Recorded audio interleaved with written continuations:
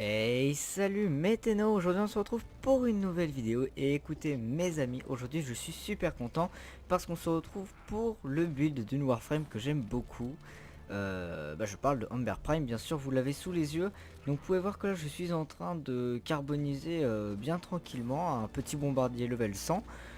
Vous pouvez voir qu'il a la jambe cassée étant donné qu'il arrête pas de retomber, c'est vraiment dommage pour lui. Euh, donc, on va pas discuter pendant 4 ans. Je pense qu'on va directement aller s'attaquer au build de cette Warframe et après je vous montrerai un petit peu justement sa puissance par rapport à ce build. Donc c'est pas un build en soi très coûteux en format, hein, vous allez voir ça. Mais c'est un build qui est vraiment très bon, surtout pour du contrôle. Alors voyons voir un petit peu. Hop, donc c'est un build, comme vous pouvez voir j'ai mis deux formats. Peut-être qu'il en faudra un troisième parce que mon flux accru que j'ai mis n'est pas au max, mais comme vous pouvez voir j'ai plus qu'un niveau à mettre et il me reste encore 3 de capacité, donc je suppose que deux suffisent, Donc comme aura charge d'acier pourquoi? Parce que moi j'aime beaucoup jouer avec les armes de mêlée, c'est vraiment mon type de combat préféré et à savoir aussi que c'était la bonne polarité tout simplement. Du coup je me suis dit bah écoutez pourquoi pas mettre Laura charge d'acier, hein, voilà. Ensuite, comme mode Eximus, j'ai mis ça parce que pour la power range, donc la portée de pouvoir tout simplement. Le reste, la friction, le slide, on s'en fout, on s'en fout, on s'en fout, on s'en fout. Donc voilà, c'est juste pour la portée de pouvoir. Si vous voulez le remplacer, par exemple mettre, je sais pas moi, ça, pour des dégâts, vous pouvez. Mais moi, je ne suis pas du tout parti sur du dégât, donc c'est vraiment pour la portée de pouvoir. Ensuite, j'ai mis vitalité, donc pour qu'on ait de la vie, avec le petit combo rage et pensée rapide. Donc je pense que ça vous le connaissez, hein, en tapant sur notre vie, rage va faire que on aura de l'énergie et pensée rapide va faire en sorte que quand on est censé mourir, on nous consomme de l'énergie à la place. Pourquoi j'ai mis ça? Parce que j'ai horreur d'être une chips sur Warframe et j'ai horreur de d'être tout le temps par terre. Du coup, surtout avec ce genre de frames qui sont des frames très peu résistantes en soi. Donc voilà, j'ai décidé de mettre ça parce que ça me permet de maintenir ma Warframe en vie, voilà, tout simplement. Ensuite, donc un petit flux accru, ça vous l'avez déjà vu, c'est le mode de base, j'ai envie de dire, qu'on met sur toutes les Warframes. Ensuite, un petit truc pour économiser son énergie, ça fait toujours plaisir de pouvoir économiser son énergie. Bien sûr, en plus de cela, on va mettre expertise éphémère. Donc expertise éphémère, voilà, c'est les deux modes pour mettre de l'économie d'énergie, parce que on joue beaucoup sur le quatrième pouvoir et donc le quatrième pouvoir consomme pas mal d'énergie.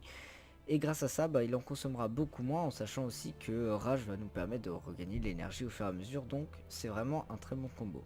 Ensuite, j'ai mis, comment il s'appelle en français? J'ai oublié, c'est longue portée ou je sais pas quoi là.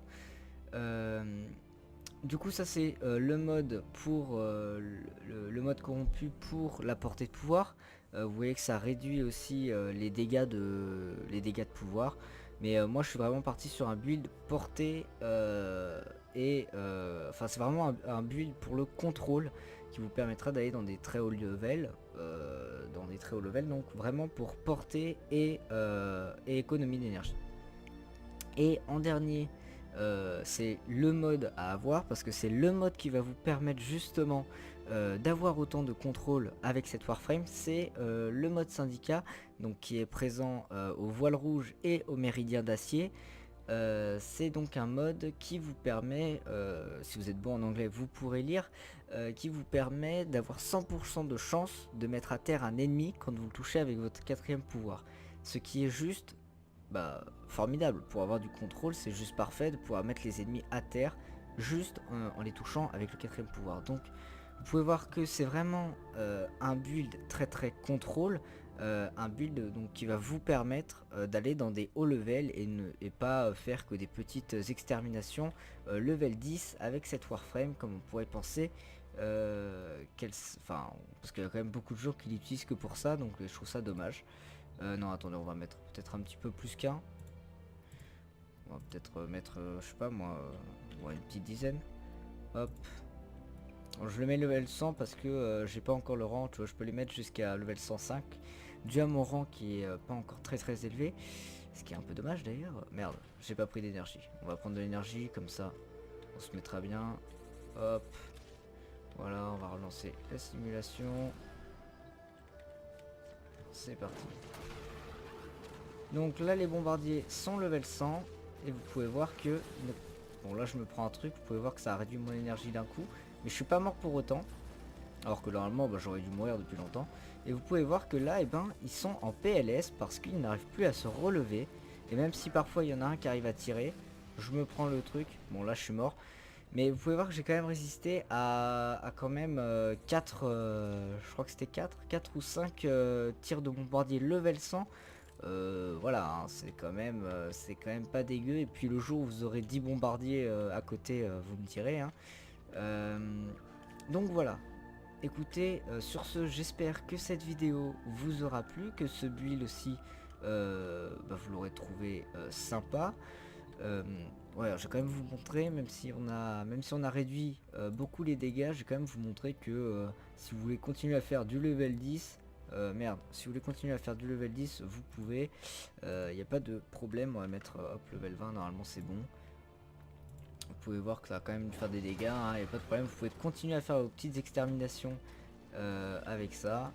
Ouais, ça va quand même lui faire des dégâts, bon beaucoup moins forcément puisque on a réduit les dégâts. Hop là, et moi je le défonce avec mon flingue.